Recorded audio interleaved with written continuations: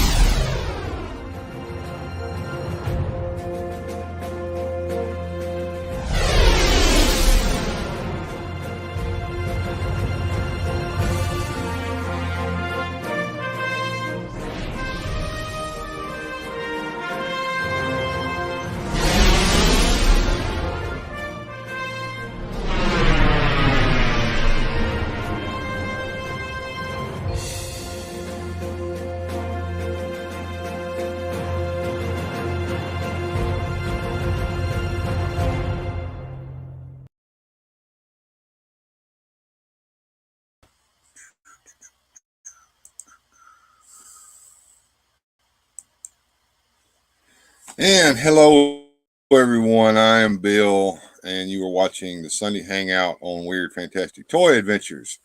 We were a little late today. There was an issue to take care of, and I think it's gotten taken care of. So let me bring Joneser on in here. What's up, everybody? It's Joneser, your favorite comic book guy. So let's do this!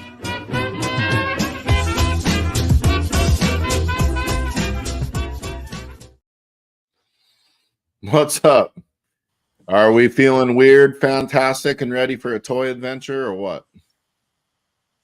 I am. I've got some cool stuff to show off to everybody. I think they'll get a kick out of it. The comments have just been popping here, Joneser. Let's see who all's here. We got Pop Actor Rick showing up first, finally. The Smebulock man there, the majestic Bjorn Jorgensen's in here. Shaitan's Hammer is here. Good to see you, sir. The Radical Mom is here. Hello, hello, she says. And we got Susudio in the house. We've got Rolando Flores here. We've got Nolan. And it's good to see everybody. So I'm glad y'all all showed up. Keeping on going down the line here, we got Boba Hicks. Good to see you. Yes, it's live, Pop Actor. Boba Hicks was enjoying the ambient music that I played at the beginning today. I was busy cutting that while Joneser was over there at the shop fixing his machines for work tomorrow. Didn't think you were going to make it on time there, Joneser, and then something popped up upstairs. I don't know what that was, but it sounded We had like kids fighting or something. No, freezer in the garage leaking, all food thawed out. Hundreds, no. if not $1,000 worth of food down the drain. So the missus is not happy, and we got some stuff to figure out. Yeah, cook as much of it as you can. I think it's sat too long. It's not already ruined. Yeah, it's kind of been in the danger zone. Oh man, I'm gee, folks, I work in the food industry, or I always have, and this is one of those instances where nothing can be saved. You just got to chuck it.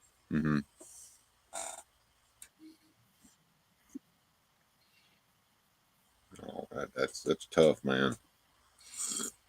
Yeah, it hits keep I coming. hate that. You just absorb Hate them that. and move on. Pop Actor Rick. Life does that. It's been doing that to me here lately too, so I get it, man. Bill's new format. Is it really new? Well, kind of, I guess. StreamYard added a new feature, animated background, so I can download little clips that loop. As you can see back there, there's a mad scientist laboratory with bubbling crap behind us. So yeah, you can put that stuff on there, music in the background. I've been trying to find decent music for a while. I've got a subscription to a service where I can get some music that won't bust me. Toy Mama's here. Good to see you, Toy Mama. And Shaitan's Hammer says that he's surprised that Mattel hasn't done a Universal Monsters crossover. And of course, the chat just stayed popping while I was trying to catch up. So let me see if I can catch up with the chat here. I'm just going to start moving through here. And everybody's saying hi to each other. There's Joneser saying hello. Susudio says, damn, mature audience. Mature is a relative term. Yes, it is. Let's do this. Yes, absolutely. There is Sir Clifton. Hello, everyone. The Toy Mama is here. You know what I forgot to do while I was busy doing this? I forgot to put the StreamYard link up. You know how to get in here, Jonesers, which is I didn't have to give you the link today, but I might want to go over there in the team chat and put that up, I guess. Jamie Sanders, hello there. Radical Toys is here. Good afternoon, Adam. Glad to see you. Let's see what Pop Actor's saying here. Hordak, a.k.a. Dracula. Mantenna, a.k.a. sci-fi alien. That would be the Metaluna alien, in my opinion. Grizzlor, a.k.a. the Wolfman. Modulok, a.k.a. Frankenstein. And Leech, a.k.a. Creature from the Black Lagoon. Or Merman. I think you talked about that one time, a long time ago. Yeah, the Horde kind of invokes the classic horror genre or the classic horror themes. I've always thought that. I think the toy version where they were more in the fright zone and it was more like a scary thing, and Hordak's power seemed to be more of magic. And then later they went into the She-Ra cartoon and it seemed to be more of a technology was the thing, and it looks like that's what Kevin Smith's going to lean into with the Horde technology thing. You know, that's going to be interesting. I wonder how that's going to work out. I think that they retooled that whole idea on that after the failure of what he did before. So I hope they learned something. Course, you know it. I hope they learned something and course corrected. You know, but my hopes are low. Yeah, same here. I think that they've already shit the bed, and there's probably not a lot that can be done as far as watchers are going to go. I think it's going to tank. But the show itself is probably going to be okay. Have you seen the trailer? I'm going to watch. Have you seen the trailer or the clip or the sneak peek with He-Man fighting Scareglow?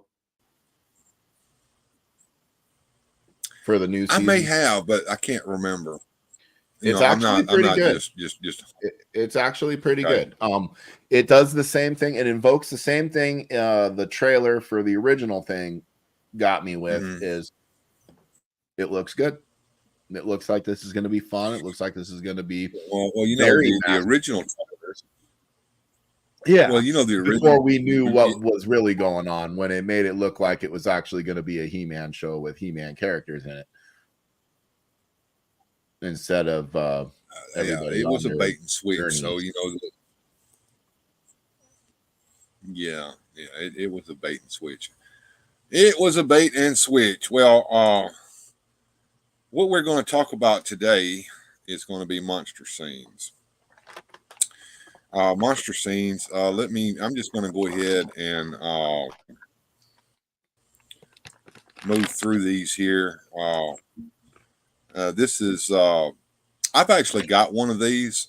It's broke down and put away. I started to put it together, but it's almost as big as the scene that I have on the toy cam now. So I'm probably not going to do that. Over here you can see the Frankenstein's monster was a kit. It assembled at 6 1/8 inch. It was marketed as being at 1/13 scale. Wahaha, yeah. So each kit include frightening fun features there: snap together assembly, movable parts, extra arms and legs for different poses. You can mix them and match them. Modular design. Consistent 1/13 scale, full color packaging. Illustrated assembly instructions. You can see there is Vicky the victim.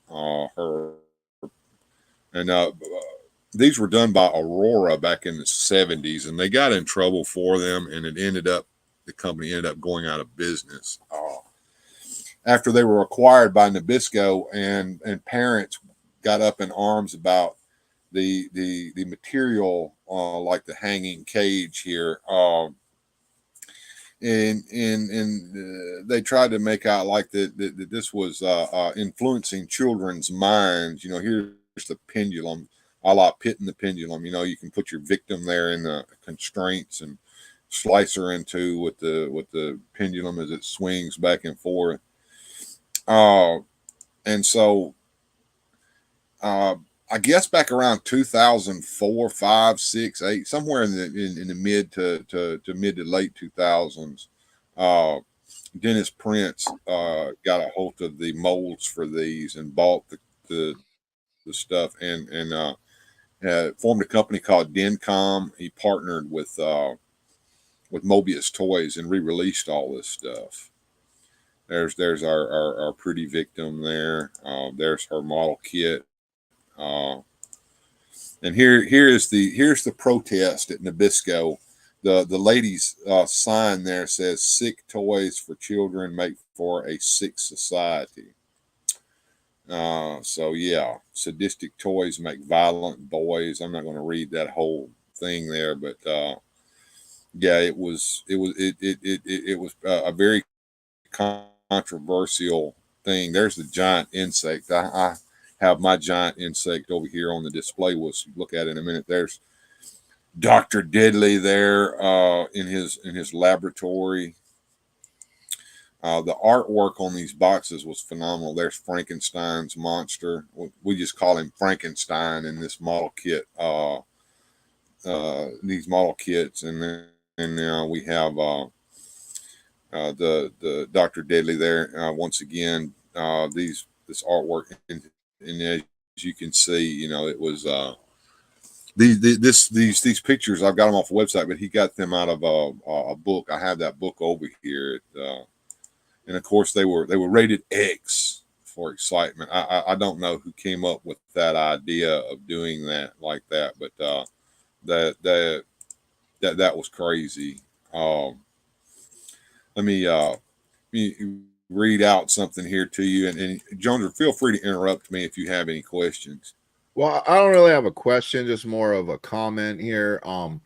You know, these parents all up in arms with these violent toys or whatnot. I bet you all their grandkids are shooting each other in the head in Call of Duty right now. I would imagine so. You know, and it's just funny to me because if you look at this through today's lens, this is kind of tame. You know what I mean? I mean, even when I was a kid in the 90s, we had Mortal Kombat and you were ripping each other's heads off. And, you know, like, yeah. This is just classic horror themes to me. And I don't know. I guess people were more uptight back then, and they're not uptight enough now. I guess that's my 2 cents. Yeah. It all depends, you know. Here's Dr. Deadly. These are my model kits that I'll have. These should be showing on the screen now. Yeah. Okay. These are my model kits here. There's Frankenstein. I had to paint these after I put them together. These are all my paint job. Vicky, the victim. Yeah, Vicky is the little victim there. We call her Vicky for short. There's Vampirella. They required the license there for Vampirella, and at the time, this was one of the only figures of Vampirella that you could buy. And of course, later on, Dracula was released, but by then, the company had decided to go out of business. And they released Dracula and not Wolfman, but Dr. Jekyll, Mr. Hyde. They released those in Canada, I believe, along with the giant insect, and did not release them here. And of course, there is the little rabbit. Well, my computer's messing with me here. There we go. The rabbit and the little rat there on the table with a candle. Kind of neat. There's the pain parlor. The pain parlor did not include Frankenstein, of course, but it did include that lab table that moves around, and that piece of machinery over there, and the skeleton that's hanging from that hook on top of it. Here, of course, is the hanging cage. I've got a victim that's Vicky's sister there, I guess. Repainted her a different color. Victim there and hanging in the cage. That's spikes that her poor little feet are on. And you see a brazier there full of hot coals with a poker, red hot iron poker in there, and some pincers and a sword to poker with, you know. And of course, Vampirella over there laughing it up. Here's our titular pit and pendulum there. It will swing back and forth. It has little strings on it. You can move it up and down with the crank. I've added some rope and chain there to it to give it a little spice. Here's the dungeon playset. This was one of the unreleased play sets. They finally released it. Dencom did after they acquired the molds and had to clean it up and find a factory in China that was actually willing to use those molds. But it's got a chain there with a manacle on it. It's got this little concrete coffin with an iron door on it that's got spikes on the inside, I guess, so you can lay your victim down inside that and then shut the door and lock it with a little tiny lock. It's got a grate in the floor, a couple of big pieces of wood, you know, just a neat little set. Come on, there we go. And here is the animal pit. It's got a set of circular stairs going around. You can see Dracula coming down them, and you can use that crank there with that pulley system to pull the top of it up. And you can also open and close the little door back in the back there. You can almost see it behind the dragon rat, which is one of Dr. Deadly's experiments. He experimented on animals. And you can see a big giant rat there beside Vicky crawling across that coffin. And this is the full set. We're going to look at it in a minute, but you can see everything I've got here.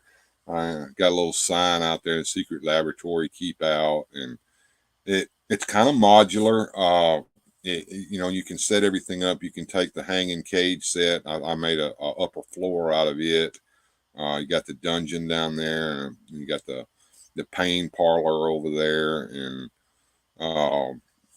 just everything all together there. And let me read this out. Monster Scenes was a series of plastic snapped together model kits originally produced by the Aurora Products Corporation beginning in 1971.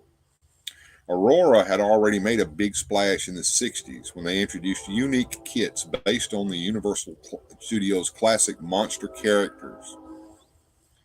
At a time when hobby store shelves were dominated by model military vehicles and hot rods, monster-based kits were extremely popular, but by 1971, having exhausted the Universal cadre with kits based on Dracula, the Wolfman, Frankenstein, etc., Aurora pushed its luck by putting out a new series of Monster Scenes, modular dioramas of original designs that, while not directly based on any licensed horror film characters, tried to capture the same spirit. But some critics felt these new kits, which included the hanging cage, the pendulum, and Dr. Deadly, a mad scientist who appears to be experimenting on animals, had a mean-spirited, sadistic quality and were inappropriate toys for young children. The last straw was a kit called The Victim, depicting a scantily clad female to be used as fodder for the dungeon or torture chamber sold separately. When the wholesome Nabisco Company, makers of crackers and cookies, bought Aurora and found themselves picketed by angry parents, Monster Scenes were retired. Mobius Models since licensed all the original Aurora kits and remanufactured many of them using the original molds and box art. So, yep, that's our Monster Scenes. Mobius seemed to embrace the legacy of Aurora Monster Scenes, even reprinting newspaper excerpts about the Nabisco products in their catalog. And so I don't know if this stuff is still available. I know it goes for a hefty price. Even the repops go for a pretty hefty price over there on the old Evil Base. So yeah, some pretty cool stuff. So let me see if I can get the toy cam. I think it's going here. I actually have my monster scene set up over here. Let me take this off the screen and embiggen myself, and let you guys get a chance to take a look at that. I'll take the stuff off the screen so you can see it better, and we'll try to catch up with the chat and see if anybody has any questions or anything they want me to show off from it.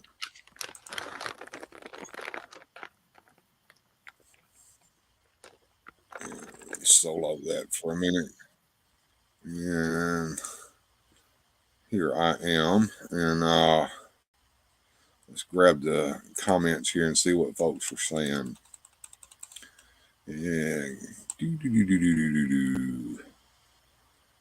All right, guys, let me roll down the chat here and see what's going on. Everybody seems to be saying hi to each other. Radical Toy says, overgrown scare glow toy incoming. All right.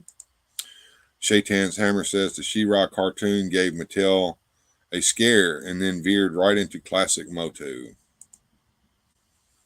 Okay, that's cool. Little Fright Zone. Turnian Ellipse says my Keldor video transforming into Skeletor is a scary scene. Wow. Getting in the mood for Halloween. For crying out loud, I turned out all right as a kid. I thought I did too. Hey there, Pop Actor. How you doing, my friend? Yeah. And moving on down, Rolando Flores putting everybody's links up there for us there, Joneser. If you guys would go and support these people, I would certainly appreciate it. Pop Actor Rick says, my dad rented a VHS tape of Frankenstein meets Abbott and Costello back in '83. I watched it with him, and I was hooked on Universal Monsters after that. Bjorn Jorgensen likes the monster scenes, and so does the Radical Mom. And Rolando Flores says, I never had the Amigo Universal Monsters, but I really wanted the 3.75 Universal Monsters from the 80s. What I wished I had all of, Joneser, is back, I guess, in the 90s, Burger King released with their kid meals Universal Monsters, Dracula, Frankenstein, Wolfman, etc. I think Creature from the Black Lagoon. There were 4 of them. I had the Creature from the Black Lagoon, but I don't know what I did with him. He was translucent. And then and they all came with like a little box or a coffin or something for them to pop out of. And I've got the Wolfman around here somewhere, but I want all 4 of those, and they're 3.75, and they would go well with the small 3.75 Universal Monsters that have been out. I think that would be kind of cool. So, what do you guys think about the monster scenes and the little scene that's set up here? I've been having fun. I had to take this off the display shelf and move it down here and reset it back up for today's show. I've got a copyright claim on last night's video, Halloween Safety. Let's see what that they have to say about that. This is kind of cool. About here we go. A manual review. So Halloween Safety, copyrighted content, comedy close-up #1, claimed by Orpheum. So the background music in this video of the Halloween trick-or-treaters has been done by a manual review. YouTube will not leave me alone.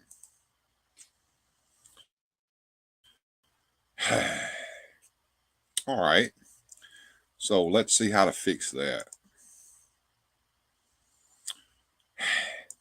I hate YouTube, Jones. YouTube is really get on my nerves. Well, the thing is, as a creator, you got to have guys,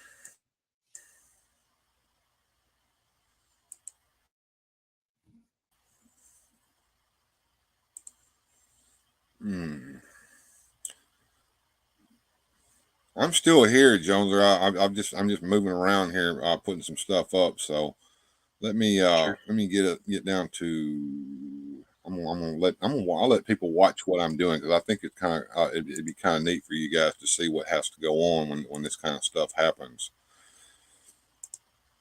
Okay, so what we have here is YouTube Studio, and down here is where we have the music, comedy close-up number 1. Of course, there's no impact on the video, but it's going to cause this to be demonetized. So what I have here is I have some options. I can trim the segment out, I can replace the song, or I can mute the song, or I can dispute it. Well, I'm not going to dispute it. And we'll try to mute all sound when song players, or we have the beta that mutes the song only. Okay, I'm going to try that first. Now that means that the whole video has to reprocess as a result.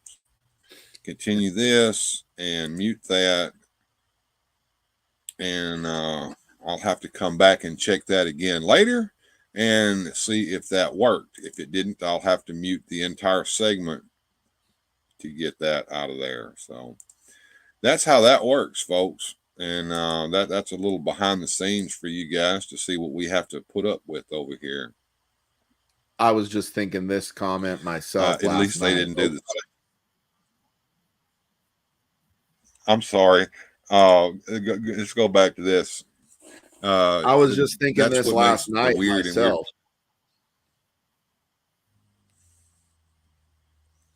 Yeah. Somebody else was talking. I think it was Mike Fee was talking about that. I look like I'm froze. Am I froze? You were froze.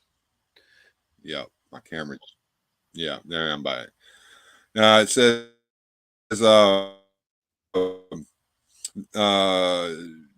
YouTube flags you for the weird things that you, but you're getting away with David Letterman's theme, and that's pretty damn weird if you ask me. Yeah, that's funny as hell. I was talking about that with Mike Fee yesterday. You know, they get me for everything else, but they never got me for that David Letterman theme that I show before late night on. Yeah, you freeze when you criticize YouTube. Imagine. Very observant there, my friend. Let's see. When YouTube started, there was none of these copyrights. That's correct. They've gone. They've kind of overblown that. David Letterman hates NBC and probably just lets me have this one. Could be. I don't know. That's kind of strange. Yeah, and with Zoo Studio, it's like at least they didn't do the samurai thing to it. Yeah, when I played, all I played was a theatrical trailer for Samurai Assassin, and they actually blocked the whole damn live stream while that was playing. That's happened a couple of times to me. I have to watch what I do over here because I don't like to follow the rules. Yeah. Hey, there's John from World Made of Cardboard. Good to see you, man. Yeah, that's what we have to put up with on the YouTubes as creators. So let me get that off of here, and we can talk about monster scenes again, because that's what we were doing. And hopefully, there's nothing that I'm playing today that's going to get me ate up. We shall see, though. Your background here. animation is owned by StreamYard, and you can't use it.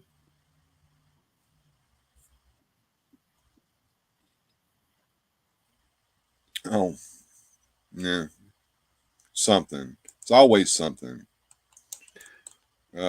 Speaking of backgrounds, I'm sure y'all are tired of looking at that. Let me put something else up here.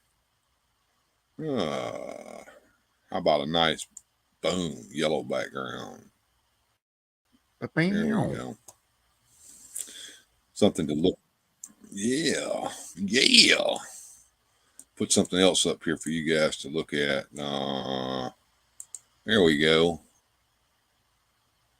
You can go over to Instagram and subscribe to Weird Fantastic Toys over there and be able to slide into my DMs. And TJ, a work in process, has come in here. Hey, how's it going? Hello.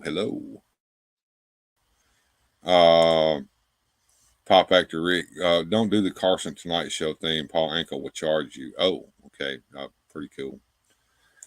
Yes, Rolando Flores wants me to do this video. I've been wanting to do one on the mousetrap. I did a quick little video of me and my daughter and her husband playing mousetrap that I showed the other day. But I've got a vintage one over here, from 1968, complete with bowling balls and all that stuff, just like it was back in the day. A little different. It's the same components, but they're made a little differently, and the gameplay is a little different from a modern version. And I kind of want to do a video about mousetrap. I'll do that one of these days. I absolutely will. But the giant insect here is so cool, guys. Let me bring this up like this and take me off the screen for a minute. And actually, I've got Vampirella's legs there. I've got two different legs on her. She's got the riding legs on.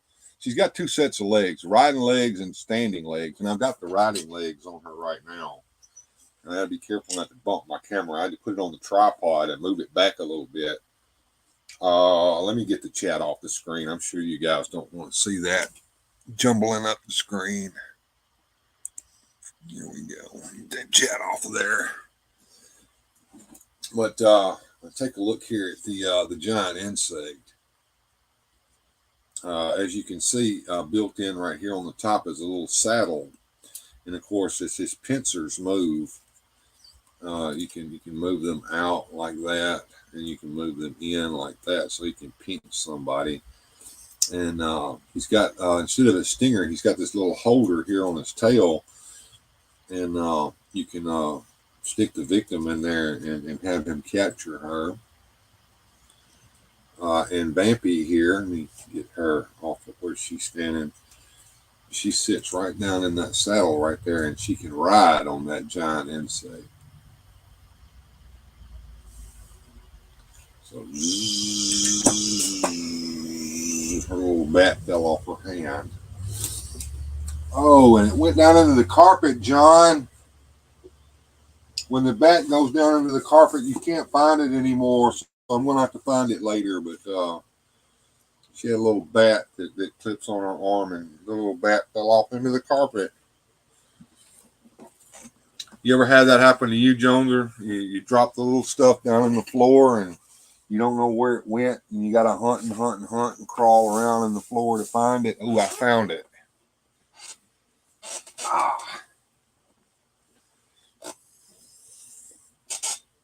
Found it.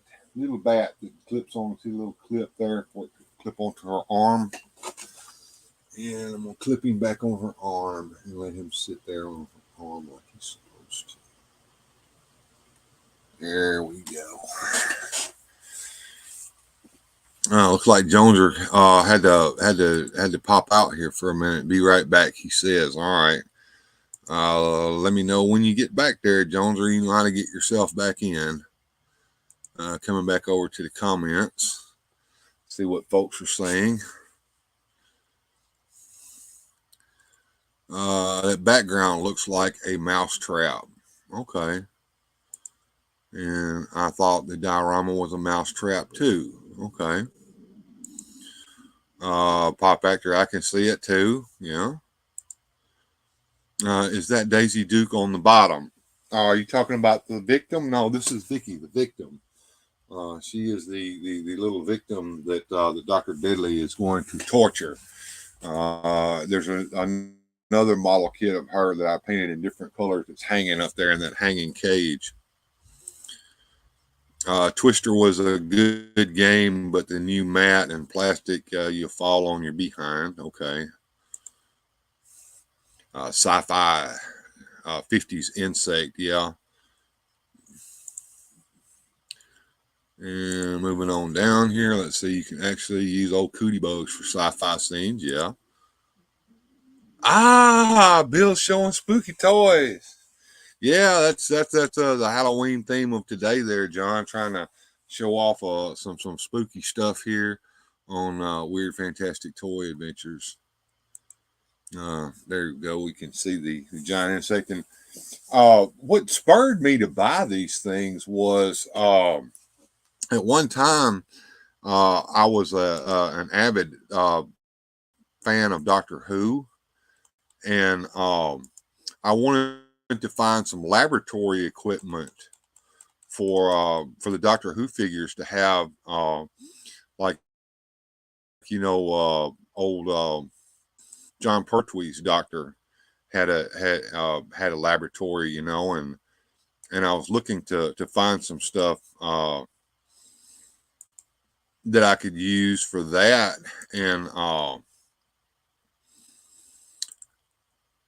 I was doing a search for that, and I ran across the little goodies here, and I was like, man, that a lot of this would be cool for laboratory equipment for Doctor Who.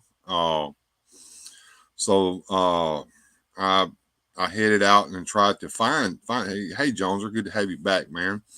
Find some of this stuff, and I ended up finding, the gruesome goodies and the pain parlor, and I bought these first, and this was my initial paint job on those. I had just got through priming the lab equipment back there, and I ended up painting them with aluminum paint afterwards. But as you can see, it scales really well with the character options Doctor Who figures. So I bought that first, and then I got into the weird world of Aurora. As you can see here, this was an original comic book ad that I recreated using the figures. Let me get that open in another tab so that I can come over here and share it and kind of zoom in on that. And you can see there's Dr. Deadly needing a girl victim for the experiment. Vampirella says no problem, and Frankenstein chuckling over there. And this ad really got them in trouble, because here we have keep her quiet, help.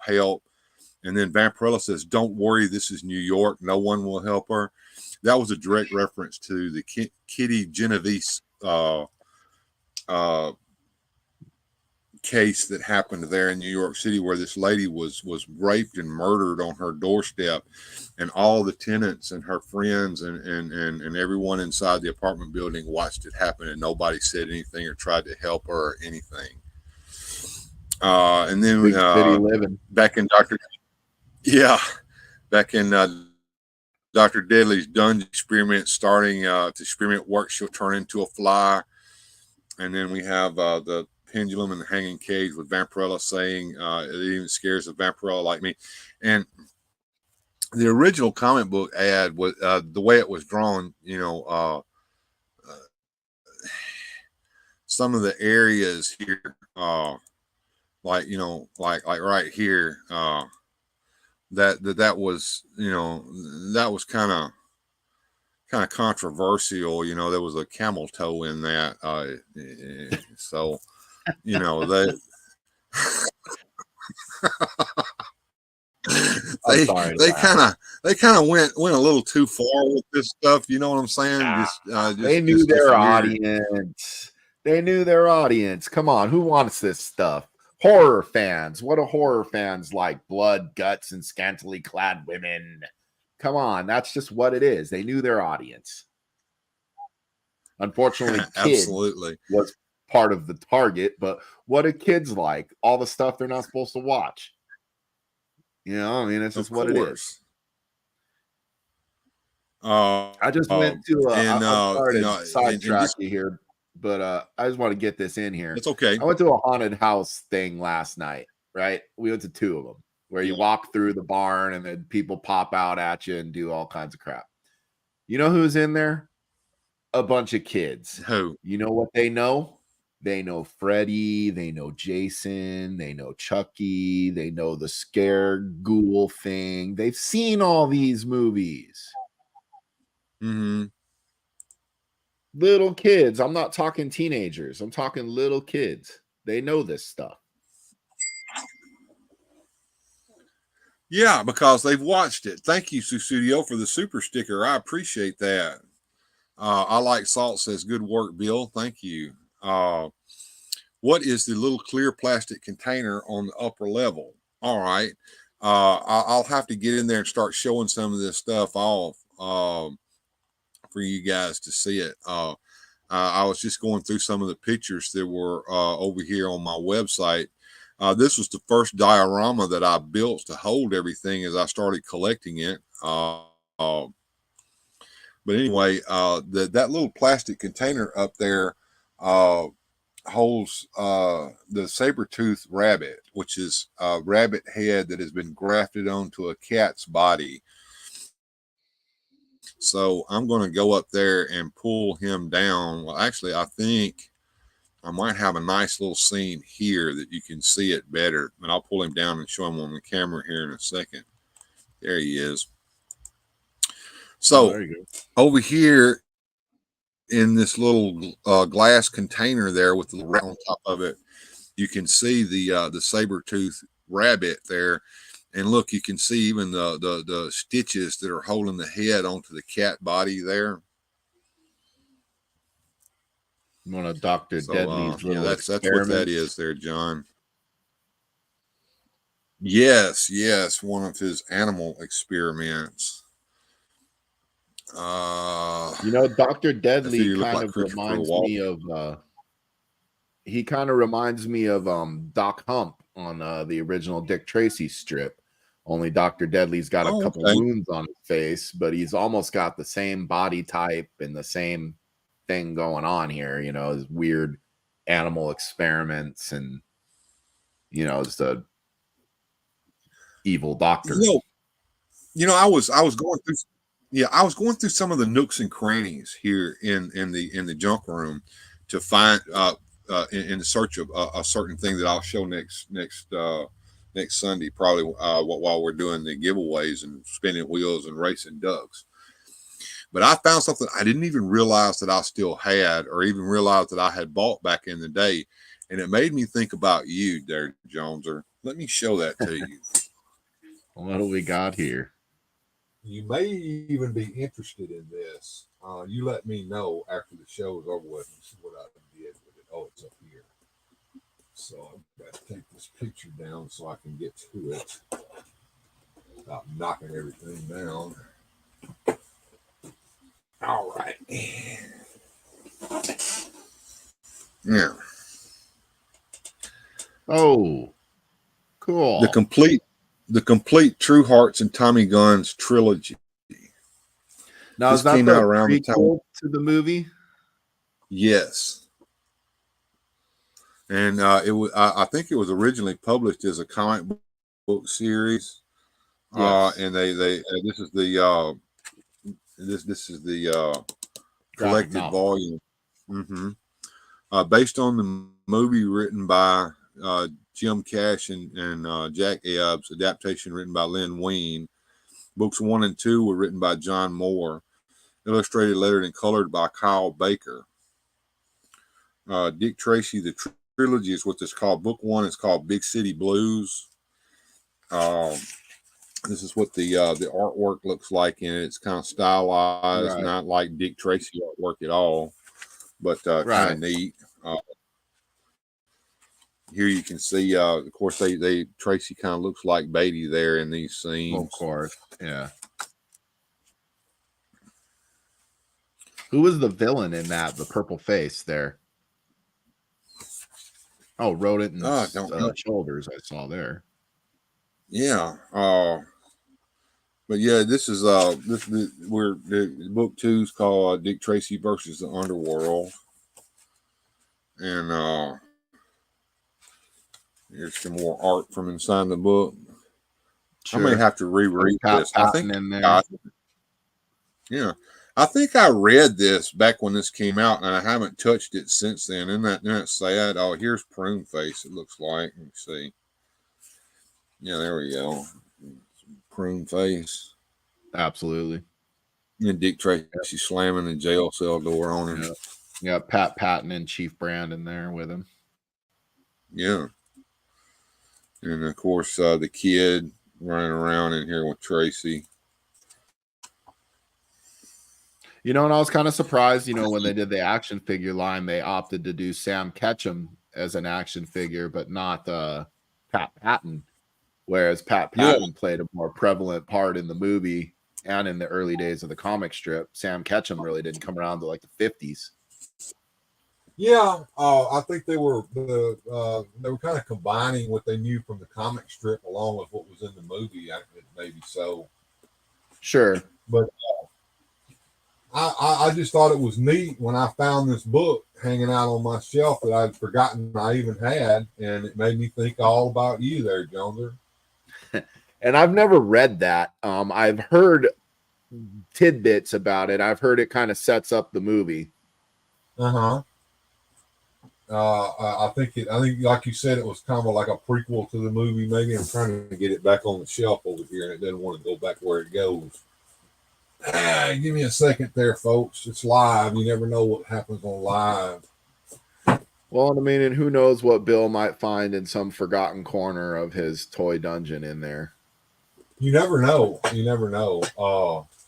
I will give you guys a little teaser of something that I did find back there. I found three vehicles from back in the day, but one of them is the original Kenner Dark Knight Collection Batmobile from the Batman movie. I had to clean it up a little bit. It was kind of dusty, but it's kind of neat. You press these two little buttons here, and the flame shoots out of the back, and as you turn the wheel, it spins like it's shooting flames out of the back of it.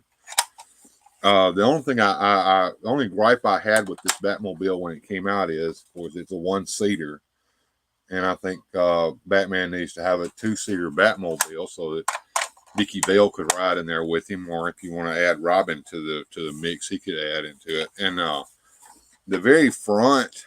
This part right here is a missile. You press this little button here, and this shoots out. Nice. It's got a spring. The whole turbine comes out, huh? Yeah, as a missile. So, and of course, right here, if you remember in the movie, these flipped around, and you had machine guns. Can you see those, Jones? Oh, yeah. Yeah, the machine guns come out. I always found that interesting that they would have Batman, who typically has non-lethal practices, rolling with machine guns in his car. But I suppose their version of Batman did murder folks.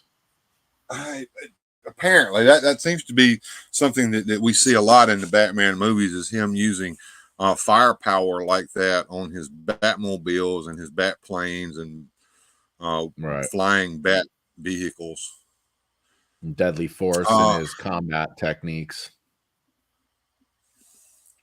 And look, every little bit helps, Susidio. Thank you for that super sticker. I appreciate it.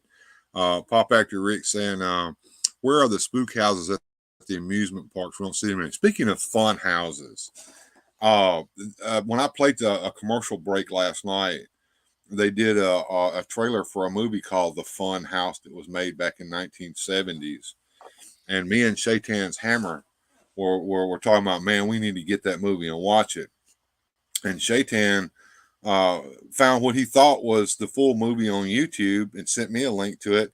And that was nothing but a trick to get you over to a website and try to get you to pay money to get a bootleg of it from somebody and probably get your system hacked as a result. So I backed out of that real quick. But then I reverted to my old ways and put an eye patch on my eye, and I battened down the hatches and I hoisted the mainsail and I sailed on the high seas last night. And I've got the Fun House movie. Now, here's a question for everybody that's a patron of mine and a channel member. Would you guys like for me to set up, and I can do this on Patreon, and you'll have to go over to Patreon or be a channel member to do this. I can set up so that we can all get together. Now you would have to come in the StreamYard to do it. It won't be recorded. No one will be here except us. And you don't have to show your face or turn your mic on or even turn your camera on, but you have to join the StreamYard stream. You can just sit down there in the green room or you can participate, but we can all watch the Fun House together one weekend. You guys let me know what y'all think about that. And we'll may set something up like that. What do you think, Jones? You know, I've never done anything like that where a group watch of a movie or anything like that. I guess I've seen Grindhead do it. Yeah, I've seen Grindhead. Yeah, I see Grindhead does that all the time. And see, the thing is, you're not streaming this. Nobody's watching it. It's all private. So you can watch the entirety of the whole movie that way. I can just put it into, something that plays here in the StreamYard, and we can all sit around and lampoon it or watch it or just sit and me show it out. And everybody just sit down there and watch it together. I mean, we can, I think it could be kind of fun. Trying to move through the chat here, try to catch up. I Like Salt has become a channel member, folks. Thank you so much, I Like Salt. Now I have to change my my end credits once again to add I Like Salt to the end credits. Thank you so much for being a channel member, sir. You've always been a big supporter of mine, and I appreciate that. Getting back down here, Attorney Lips asked me the figure we're talking about, the Doctor Who figure. Yes, I've got quite a large collection of character options Doctor Who figures. One of these days we'll have to do a whole episode where I show off some of them. I even have these little cardboard sets that I made of some of the scenes from some of the television shows in it. The Shogun Warriors, yeah, you can see those back here behind me on the display shelf up there. Cecilia says she's exhausted. Rewatched the stream from last night, but fell asleep. That's okay. Don't worry about it. Pop Actor says, as a kid, I would watch Elvira, but not because of her talent. Well, you probably watched it for the same reason me and Jones watched it. What are you talking about? What you saying? Captivating. Yeah, absolutely.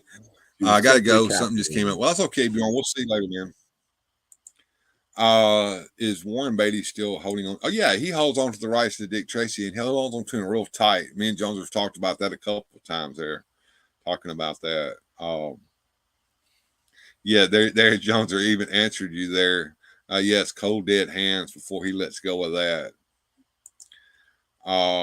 Pop Actor says the Funhouse was in 1981 by Toby Hooper. Yes, I've got that entire movie, and so what we'll do is we'll set it up one weekend, maybe on a Friday evening or a Saturday. We'll all get together here on Streamlab. I'll put the link out there just for you channel members and just for you patrons, and you can join in and we'll watch that together. And Sue Studio says that sounds good to her. And Pop Actor says, Bill, you got to watch the documentary Spooktacular, the history of the Funhouse on how it got started. Yeah, that sounds like a good thing to do. Is that documentary available? Thank you there, Jones. Or Jones was telling us that we got the merch. So and since Joneser decided to put that up there, I'll put this up there so you guys can be just like me and Joneser and get you some merch. There is the merch link. So, Pop Actor Ricky, if that's streaming somewhere for free, you let me know where I can get to it. I'm officially a weirdo. Please stream it. Yes, we'll take care of that. But you guys, what you'll have to do now, when I put that StreamYard link out there, you'll come in just like me and Jones are here. Like I said, you don't have to turn your camera on. You can keep your mic muted if you want to, but you can hang out down there in the green room and watch it, or you can actually pop. You let me pop you up on the screen here, and we can all sit in a row. Now it's limited to 10, but I don't think I have more than counting members and everything. There might not be more than 10, and everybody won't show up, so it should be okay. Sir Clifton says that he's got to go get things ready for tonight show, and I'll pop in the studio when I can there and stay as long as I can. I got to get up and go to work tomorrow. 2 questions about Warren Beatty and Dick Tracy. What is he doing with the rights and why? He wants to know there, Joneser. I was just typing it out, but it'll probably be quicker if I just say so. Right now, he's not really doing much of anything. He's doing these weird little specials every so often, a couple years, just to get the legal loophole so he can continue to hold on to the rights. I've watched the Dick Tracy specials. If you're a super fan, they're interesting, but I think they're really kind of a sneak preview into how crazy Warren Beatty is. He claims in the latest one he wants to collaborate with someone and to bring the property back. It is brought to his attention with the upsurge of superhero movies and comic book properties that are hot right now, that Dick Tracy would be a character that would probably do well in today's market. But I think the problem is he was such a pain in the butt back in the 90s to work with. That's lasted 30 years in Hollywood, and nobody's really lining up to deal with him. So I think there's a few problems going on with the property. One is Warren Beatty is in the way, and he's going to continue to be in the way. And 2, it's kind of dated. I mean, it'd have to be a period piece. They'd have to take it place back in the 30s or the 40s. I don't know. Yeah, the Dick Tracy zooms in. It's funny. I don't know. I don't want to say it's worth a watch unless you're just a super fan like me. But it's interesting. You get to see Warren Beatty interview Dick Tracy. Yeah, I have not had the guts to watch that yet. Should I? I'll tell you what, I was laughing and I was tickled, especially the first special. If you can, or if you do go down this rabbit hole, watch them in order, because the second one plays off the first one and what have you. But okay, are they in a playlist? I don't know. I watched them all, and I, like I said, I didn't leave it early. I watched the whole thing. It's interesting, and he does kind of, like I said, he gives insight as to. He even makes fun of himself, which is hilarious.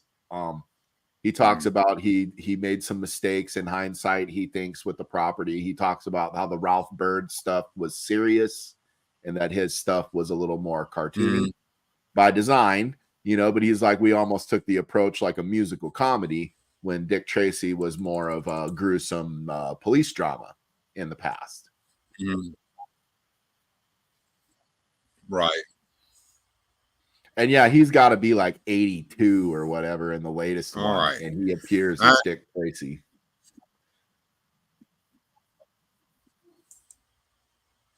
Okay. All right. So I'm having Susudio wanting saying I should have hoodies, which I do have in my merch shop, and saying they didn't show up on your store on the YouTubesies. Well, let's do this, folks. Let's show you how to get to the merch shop through YouTube. So add this to the stage. There we go. So you go to my channel on the YouTubesies, and you want to go to my store. So you click on the store tab here, which brings you over here to this and it shows this amount of merch that YouTube will allow me to show on the YouTube channel from my spread shop. That is not the only stuff that I have available, folks. If you click on the link that will take you to the spread shop, you open up the actual spread shop for whichever one that you picked. Like that's the t-shirt there that the man is wearing. You go over here and click either my title or click all products, but click the title there, Weird Fantastic Toy Adventures. And you can see product previews. That didn't go. It's still on the YouTube page. Is it? All right. So on our display. We got to wait a minute for StreamYard to catch up to. All right. Hold on. I'll see what happened. It opened a new tab. Here we go. There you go. You back it up. Okay, so when I clicked on one of the links, it got the man wearing the t-shirt right here. So click my title up here where it says Weird Fantastic Toy Adventures, or you can click all products, but click the title, it'd be easier. And you see these product previews of some of the items that are in the store. And then you see, I have two designs here with X-Ray Boy with the logo blazoned over him. And there are 133 products with this logo on them that you can browse. Okay, and you do that by clicking the little plus over here. Then you got Audio Boy, X-Ray Boy with the small logo on him, and look at them. And then you've got this one that's just the logo. So what do? You click the little plus.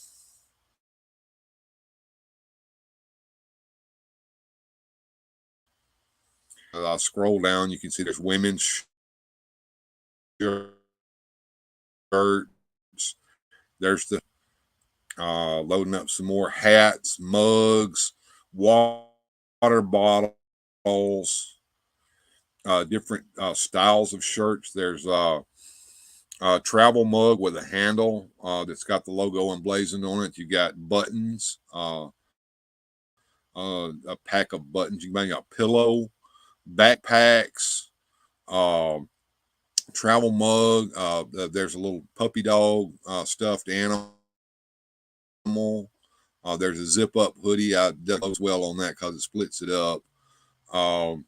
You got beanie hats, baby bibs. Here's a second page of junk to look at here. You got a baby bodysuit, little onesie there for your baby. You got the big camper mug there, made out of metal. Moving on down, there's a drawstring bag, more hoodies and t-shirts, different designs of products, and here you have polo shirts with the design here in the corner. Women's crop shirt, if you like to wear such things, aprons.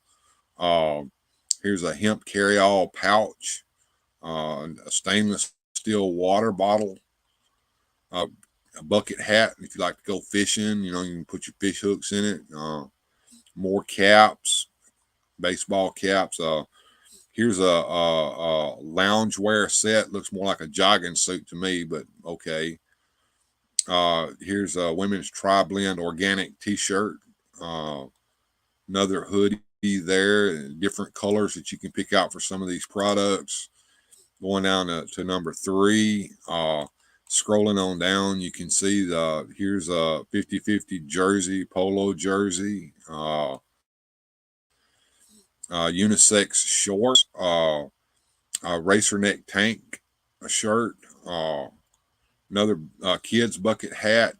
We got baby bodysuit, more hoodies, lady hoodie there, premium women's premium hoodie,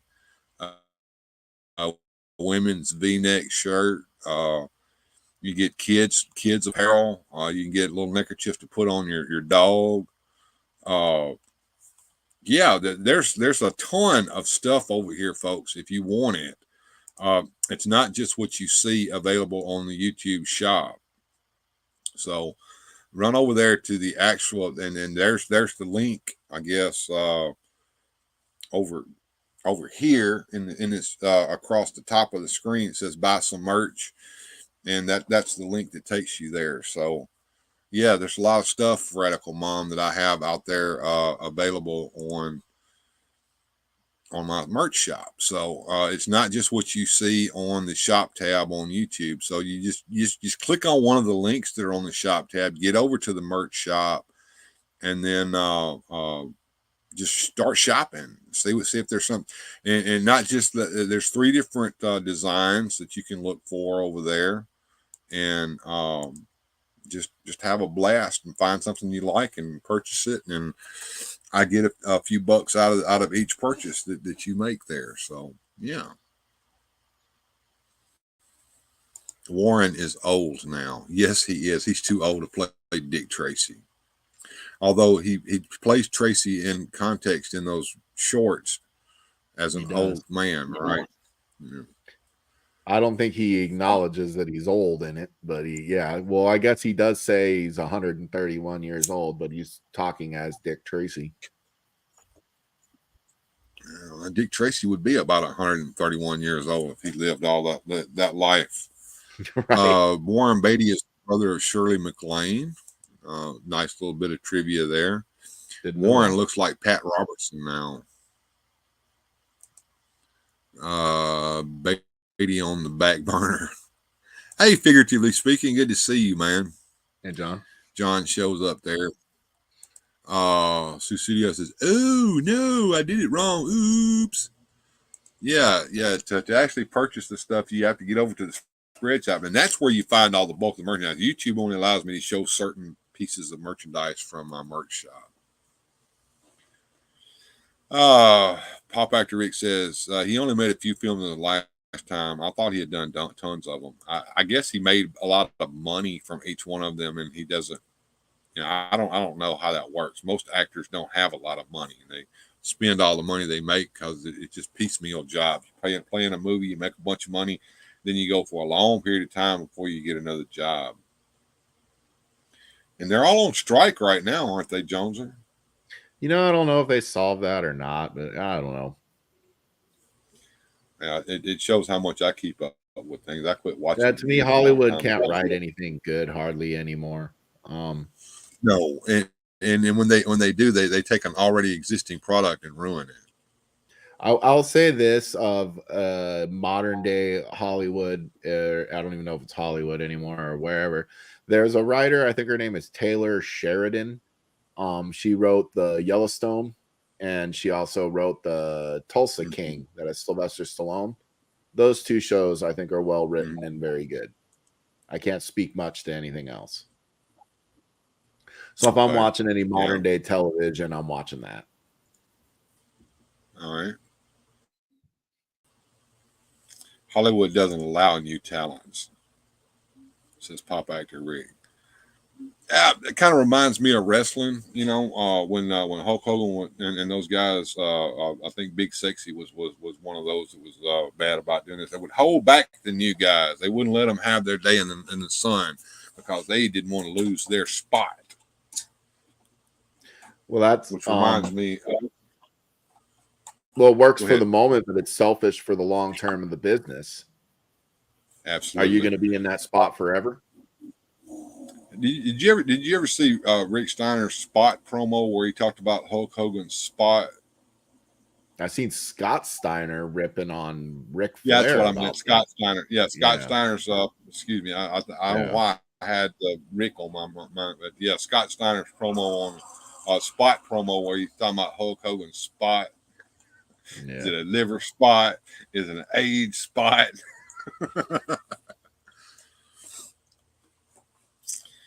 And Pop Actor Rick wants us to do a show one of these days again about wrestling. We're both going to have to collaborate in our brains to figure out how to do that without getting dinged.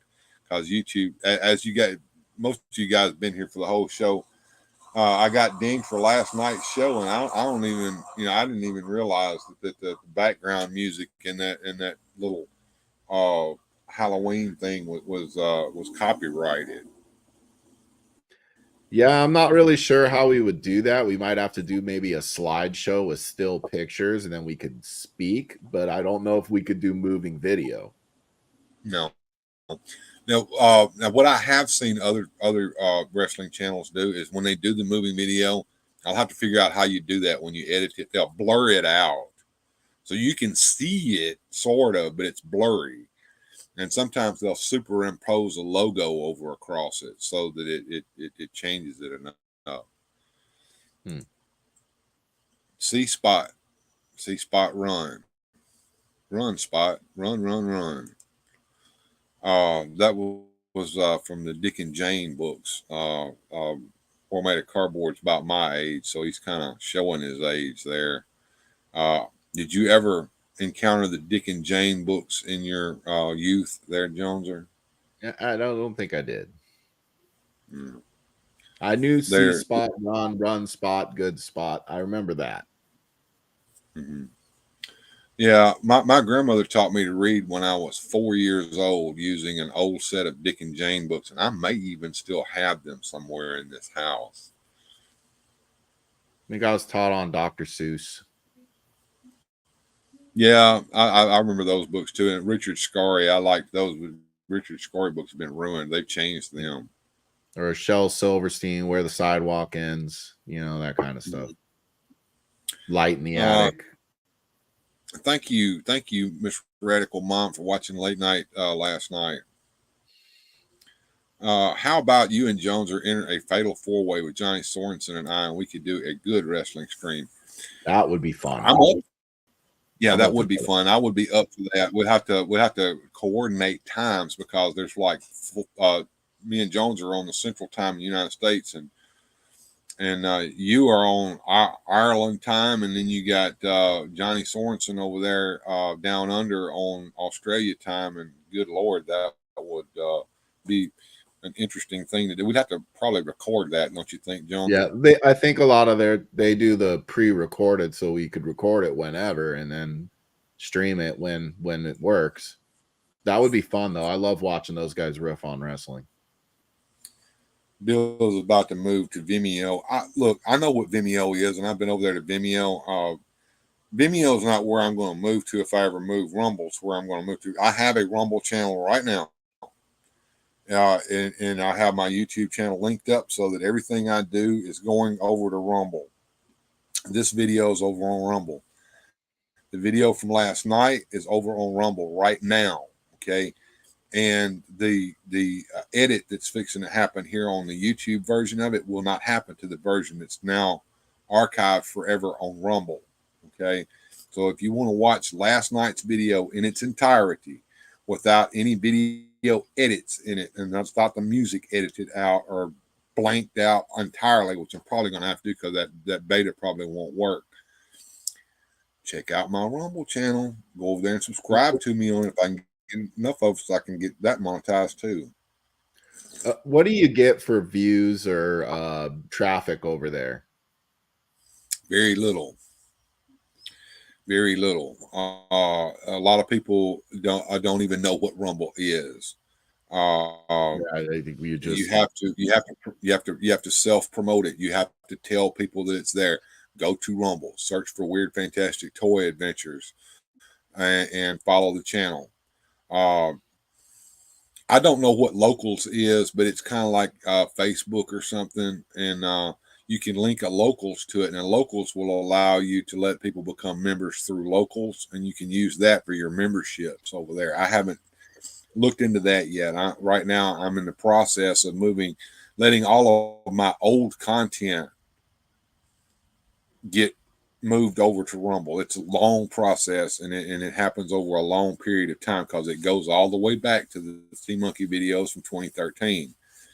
So they will move over, but it'll be a slow process. Rumble, good to know. Yeah, absolutely.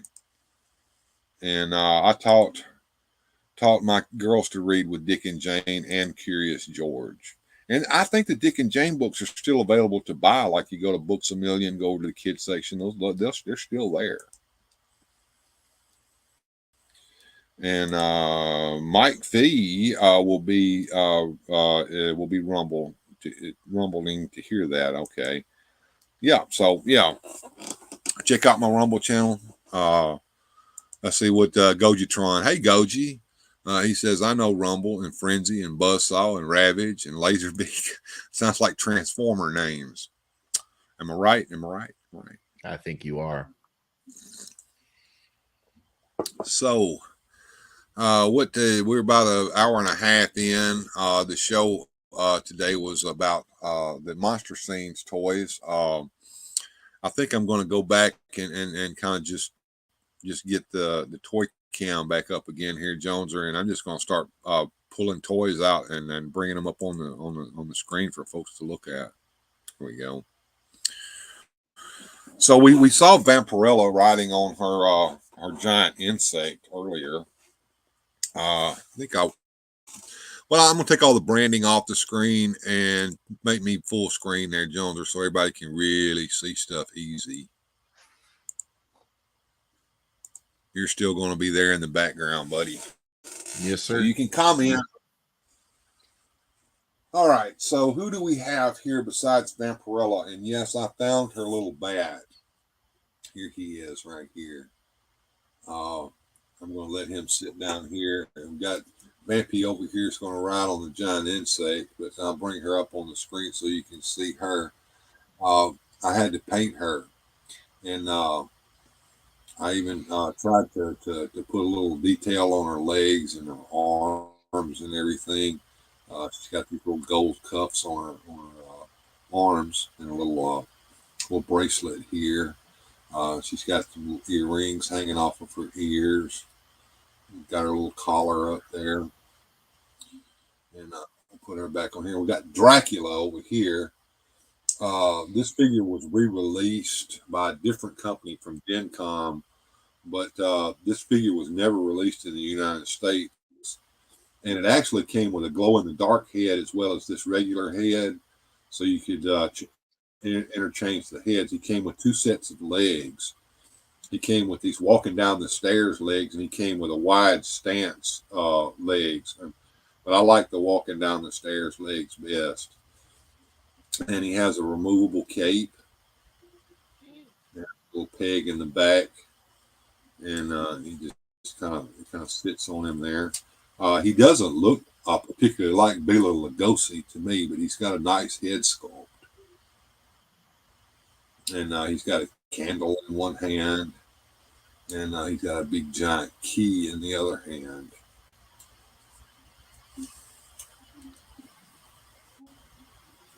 And of course, here's our little victim here. I think somebody thought this was a Daisy Duke figure. No, this is the victim. And Joneser, this figure when it was produced in a flesh tone, so the whole figure was a flesh tone. And moms thought the little boys were getting a naked doll.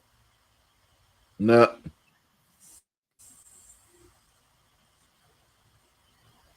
And here's Dr. Deadly. And this is a syringe from some other kit that I have in his hand here.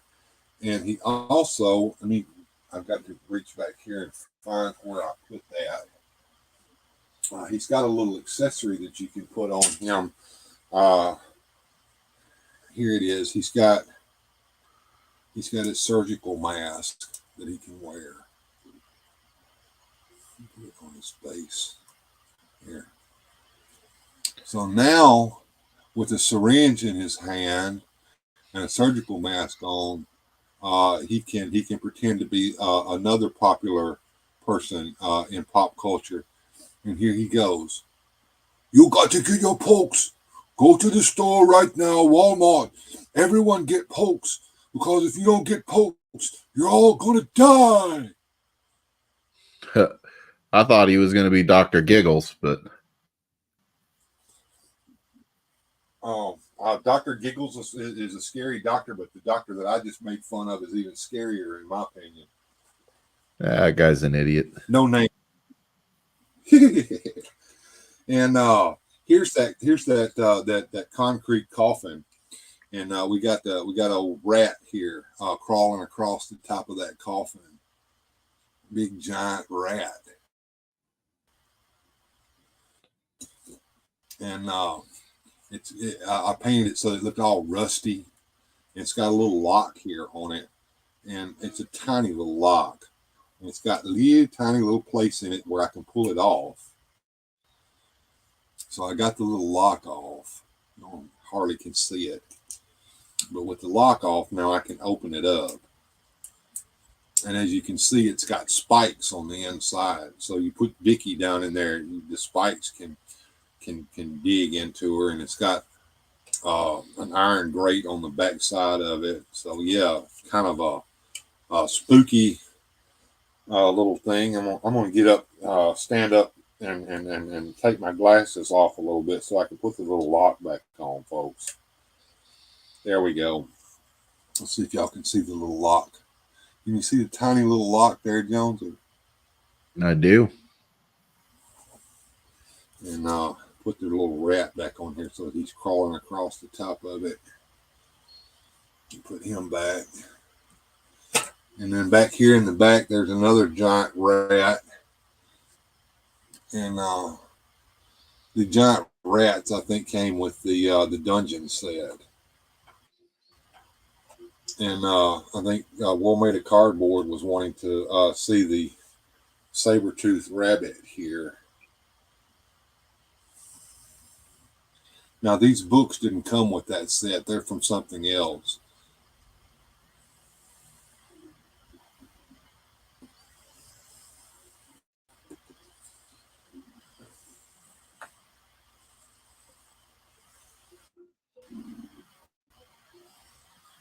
Yeah, I had to paint him.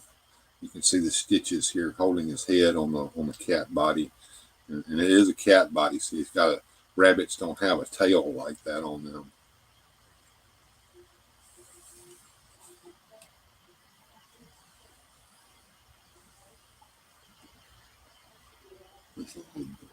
Bell jar back over the top of him there. And then back here is Frankenstein. I've got him strapped on the lab table because it's kind of hard to bring him out. And there's an old skeleton here hanging on this little hook. And here's a little table full of gruesome goodies here. Gruesome goodies. That's what the kit was called. It had a little lab equipment, some test tubes, a skull, and little beakers and stuff like that. Candle.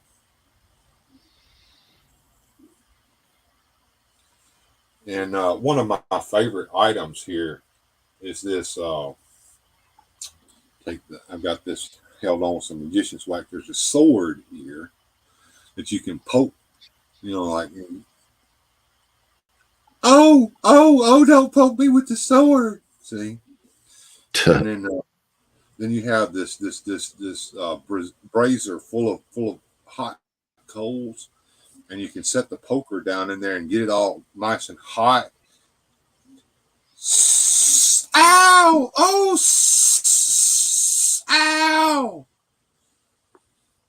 So yeah, the little boys could just get all sadistic with it, and you had some pincers here that you can use with as a torture device. So yeah, I suppose that that uptight moms would be really upset with this play set.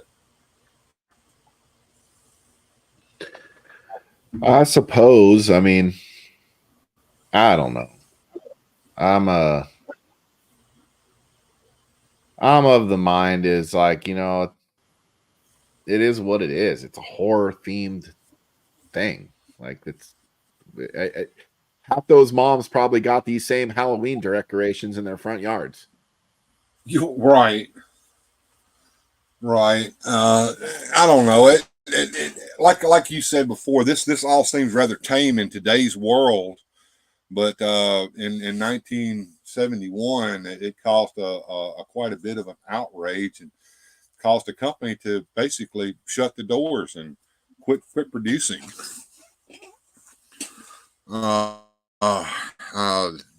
Getting behind on chat again. Let's get over here and try to catch up a little bit. Let's see. No, we got that done. No, I'm on Rumble. Let's see. Yes, Rumble could create earthquakes, but is he red or blue? The giant insect is cool. He looks like he came from Skull Island. Yeah. And like I said, he comes in that kind of a olive drab green color. All the pieces are in that olive drab green color, except for the wings and the eyes, and you have to paint all of that. And the wings actually are painted as well. They come in a clear plastic, and to get them into that orange color, I bought some sun glow paint that you're supposed to use to paint like windows to make them look like stained glass, and I use that on those. Once again, Daisy Duke is the victim. Well, the victim figure came out before there ever was a Daisy Duke, so I don't know. See, victim came first, but she is wearing Daisy Duke shorts. He's ready for the COVID. We don't use that word, coof. Oh, I just got here. What are we looking at? We are looking at Monster Scenes model kit toys. These are actually redone from the 1971 Aurora kits by a company called Mobius Models back in the early to mid 2000s. Are those rats from New York? They could be. They look like New York rats because them New York rats get kind of big. Thank you, Radical Mom. Bring the holy hand grenade. Okay. For the rabbit. Yeah, look, War Man Cardboard is laughing at my little girly voice. That kind of catches up to chat there. Well, now we're about at the 1 hour and 30-minute mark there, Jones. Or I don't know what else to talk about or show. Is there anything you wanted to kind of touch on while we got the show going? Not really. I'm working on some stuff here. About got my Dick Tracy car video finished. Just doing some final touches on the little skit at the end. But it's been in the editing process for a couple days now. I'm just trying to fine tune the last part of it. Yeah. As much as I've done today on this, I may cut together a video about this and drop it on YouTube for those who don't watch my live streams. That the Arac videos seem to do very, very well. By the way, folks, I have gotten up to, I think, 840 something subscribers. So I am well on my way to getting monetized, much closer. 844, Joneser. I gained a subscriber last night. And thank you, Radical Mom and Boba Hicks, for rewatching last night's show. Checking on my subscriber count there. And today we got a new channel member. I Like Salt became a channel member. Thank you once again, I Like Salt, for that. Melville got a question here. Does anyone seen the Rumble Society 5 Points Nocturnal Tower playset by Mexico? It looks really cool. No telling when we'll actually get it, though. I pre-ordered it from BBTS. Do you know what he's talking about? I do not, but he's saying it's by Mezco, and I'd be prepared to wait a long time for it if it's coming out from Mezco, because I pre-ordered like the Dick Tracy stuff, and yeah, that's gonna be forever and a day before they don't tend to release anything in a timely manner. You'll get it; it'll just be right. Well, I'm gonna try to pull this up since Melville mentions it and see what he's talking about. So, what's the Rumble Society? Rumble Society Nocturnal Tower Mezco. Nocturnal Tower Mezco.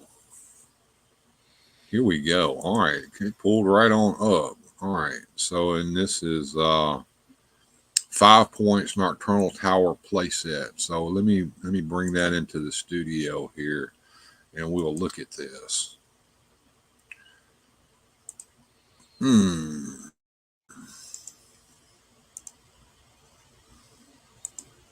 All right, and add to stage. And Goji, okay, can you see that? Agrees with what I'm saying here. This thing's been in pre-order for forever, I guess. For 2 years? Gojitron, are you serious? 2 years? My God. All right, let's zoom in on this and see what we can see here. Will it let me? No. It looks pretty cool. So open image in a new tab.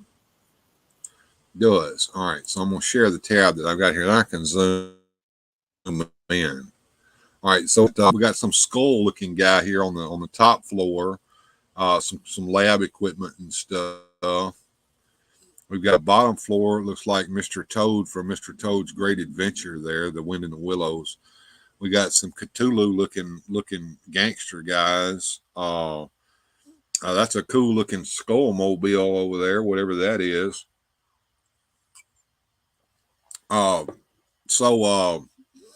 Goji or Melvor, can you tell us what this set here is all about? Give us some more information on what we're looking at here.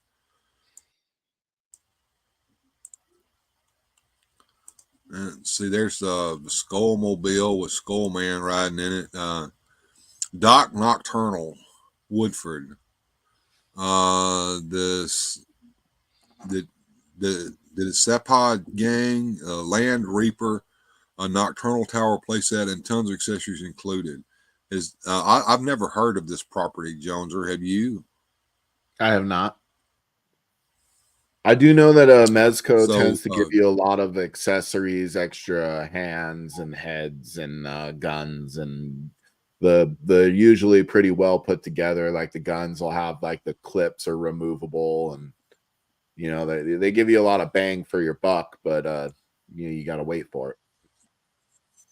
Well, here is the character with the skull. This is Doc Nocturnal. He gets 2 interchangeable head portraits, 7 arms, a Tommy gun, ferryman, bespoke handgun, and iron talon, grappling claw.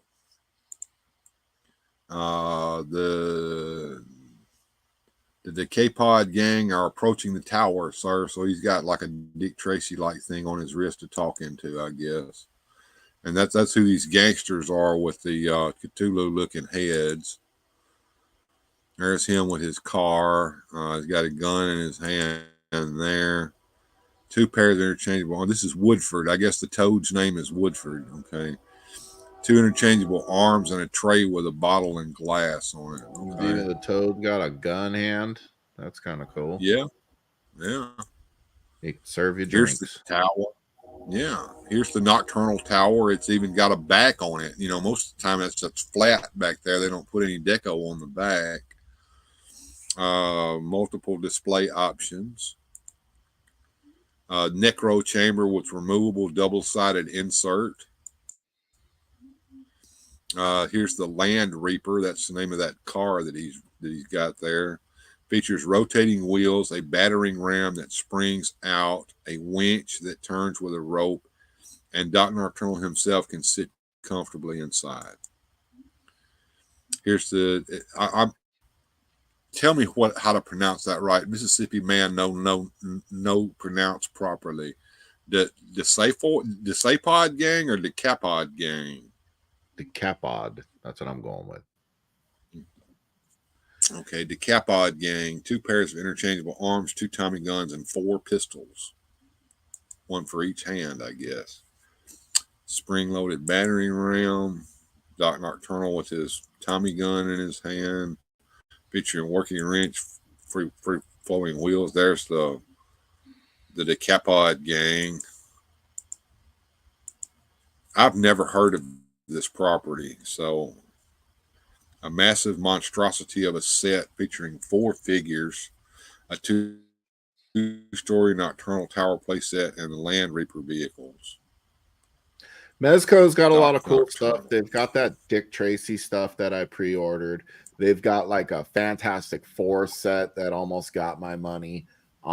They've got Ninja Turtles and like all kinds of different properties that they're playing with there. And I can't remember if they come in the 1/12 scale or what it is, but they're kind of bigger.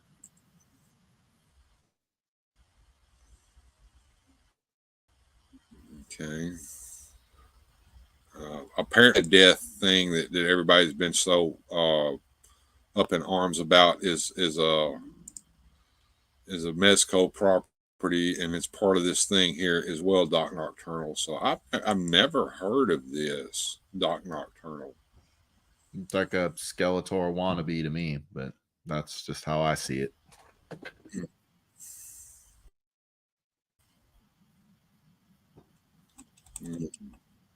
This Rumble Society.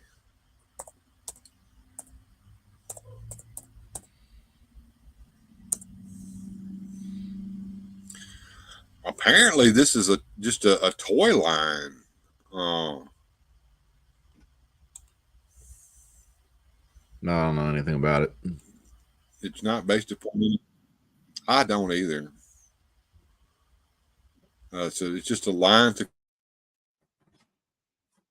collect from Mezco Toys. I guess there's no property associated with it.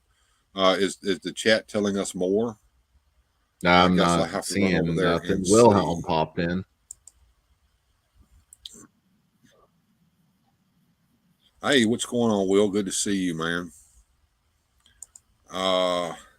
See Mezco's Monsters 5 Points Tower Fear Set and the 2-year one that looks cool as well. The wait time is comical. Yeah. This Mezco Monsters Tower of Fear, which is their take on the classic monsters. Okay, Goji. It's like Justice League meets horror. Goji tells us that the Rumble Society are Mezco's original characters. Okay. DC top on the lower level.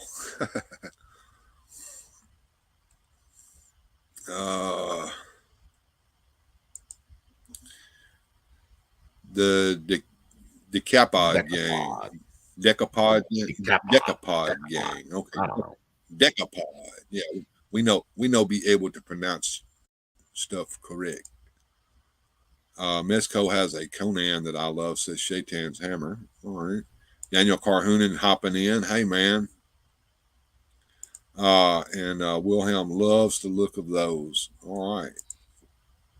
So there you go, folks. If you want to, the Nocturnal gang and Dr. Nocturnal, Rumble Society, the Rumble Society and Doc Nocturnal toys, and you're willing to wait 3 to 5 years for it from Mezco, get your pre-orders in now on Big Bad Toy Store. It might have been even sold out. I couldn't see that. I know those Mezco ones tend to sell out. Yeah, I don't know. Like you said, how long do you think you're going to have to wait on your Dick Tracy toys? Oh, they said Dick Tracy and Flat Top should be coming out fourth quarter. We're in the fourth quarter, so I'm thinking next year. They were saying Prune Face by first quarter next year, but they always are late. Now, I ran back over there. I think it's Fresh Monkey Fiction doing that Goon figure along with a Tick figure from the Long Box Heroes. I put in pre-orders for those. They're supposed to be out in October. We're nearing the end of October now. We're going to start the last week of October this coming week. So they had them on display at San Diego Comic-Con, the Dick Tracy ones. They had them on display there, but that doesn't necessarily mean they have it. That means they got a prototype, not the figures made. Mm-hmm. Yeah, that card did look pretty cool, Will, and both are on pre-order. It says Mail War. Okay, what Shaitan's Hammer saying here?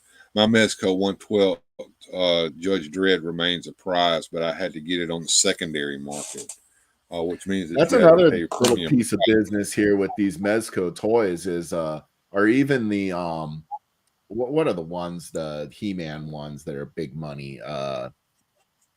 Mondo. If you were to buy those when I think they're like $250 or $300 when they come out, but then they go on the secondary market a year or two later for double the money. It's almost better than the stock market. You know, you just buy the thing whether you want it or not, sit it in your basement and wait 2 years and sell it. You know, it'd be my luck it wouldn't go up in value; it'd go down in value if I did it. I haven't seen one of them do that yet. Right. Since Wilhelm is here, let me. I showed this earlier, but since Wilhelm is here, look what I found in the junk pile there, or Wilhelm here in the house. That is a Kenner Dark Knight collection movie Batmobile. And I think it looks sharper than the ones that I saw in the stores here recently. And my new black suit Batman that Toddy Mac came out with probably sits perfectly in the driver's seat of that. That's sweet. It is sweet. Let's see. Shaitan's Hammer says the Mondo stuff is just way too big of a scale. I agree. I mean, what do you do with those? They're posable statues. That's exactly what it is. Yeah. Does he fit well? Wilhelm wants to know. Well, tune in next week and we'll find out when we play with this stuff next Sunday. Next Sunday, folks, I almost forgot. Next Sunday, folks, is going to be Duck Races and Wheel of Fortune for Robin and Moss Man. So I'm going to play this little video to tell you how to enter the contest if you have not done so already. But as you know, we're going to be giving away Moss Man or Robin to a lucky winner. We're going to do Duck Races for Robin, and we're going to do Wheel of Fortune for Moss Man. And Pop Actor says, my Moss Man. Sue Studio was here. She would tell you it's her Moss Man. And there's a lot of people that's entered the contest so far. So, yeah. Let me play the video real quick, Jones. Hold on a sec. Before you do that, I got to bow out. So I just wanted to say thanks for having me here this Sunday. Everybody jump in on that contest there Bill's got going on. I'm winning the Robin. I don't know about the rest of you guys, but good luck. But I got to bow out. All right, Jones, take care, and let me know how things work out on what you got going on there. I'll let you know. I'll message you later. Take care, sir. All right, man. Yeah, you too. Thanks for being here, Jones. And Jones got to leave, so we're going to say goodbye to him, and I'm going to play this little video for you guys, and then we'll play the ducks out, and we'll see. Talk just a little more and then go. So you want to enter the contest. It's time to play a Wheel of Fortune on Weird Fantastic Toy Adventures. Enter to win Moss Man. Email weirdfantastictoys@gmail.com. Include in the subject line contest Moss Man. In the body, your name and mailing address. Include an optional screen name if you want something different on the screen. Winners outside the continental United States must pay shipping costs. Enter the contest to win McFarlane Superpowers Robins. Email weirdfantastictoys@gmail.com. In the subject line, include Contest Robin. In the body, your name and mailing address, and optional screen name to put on the screen for the contest. Winners outside the continental USA must cover shipping costs. Tune in to the Sunday Hangout, Sunday, October 29th, 1 p.m. Eastern, noon Central. And that's how you enter the contest. And next Sunday is going to be the day. We're going to do duck races and Wheel of Fortune to find out who wins. If you have not entered, follow the instructions that were in that video, and it will and you'll be entered into the contest if you do that. And I Like Salt says, if toys are any kind are your hobby, it does not matter what the price is. I always find a way to get the one I want. Yeah, that tends to be true. I Like Salt. It really does. And Shaitan's Hammer says that he managed to get his Snake Mountain and a gray Strato, so he's pleased. Very good, man. Glad you got the toys that you wanted. And let me start the ducks here and let you guys know what we're about here on Weird Fantastic Toy Adventures before I go out the door. I'm Bill, of course, and you've been watching Weird Fantastic Toy Adventures. I have an Instagram. That's my one social media that I'm really active on. Feel free to head over there and subscribe to me on Instagram. I do have a Twitter formerly known as Twitter, that I ignore. I have a Facebook that I'm semi-active on. Be sure and hit the subscribe button if you have not done so already, and subscribe to the channel. Make sure you like, comment, and share the videos that I do so that other people can find them. I appreciate everyone who has joined me today. It's been a wonderful day. Halloween time. We've done some scary stuff on here. We've looked at monster themed figures, talked about them. If you didn't get the first part of the show where I did, hit the replay button. Watch that later. And we talked about Doc Nocturnal and the Rumbles and Slide toys to avail from Tesco Toys. If that's up your alley, head over to Big Bad Toy Store, put in your tour, and wait 3 to 5 years. And you can have those in your collection. Hope to see you all next week for the shows. And in the meantime, everyone, have a good journey, and we'll see you next time right here on Weird Fantastic Toy Adventures.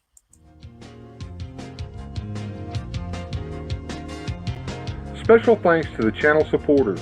Without your help, these adventures would not be possible. Thanks for watching. If you enjoyed today's adventure, please hit like, subscribe, and share the video.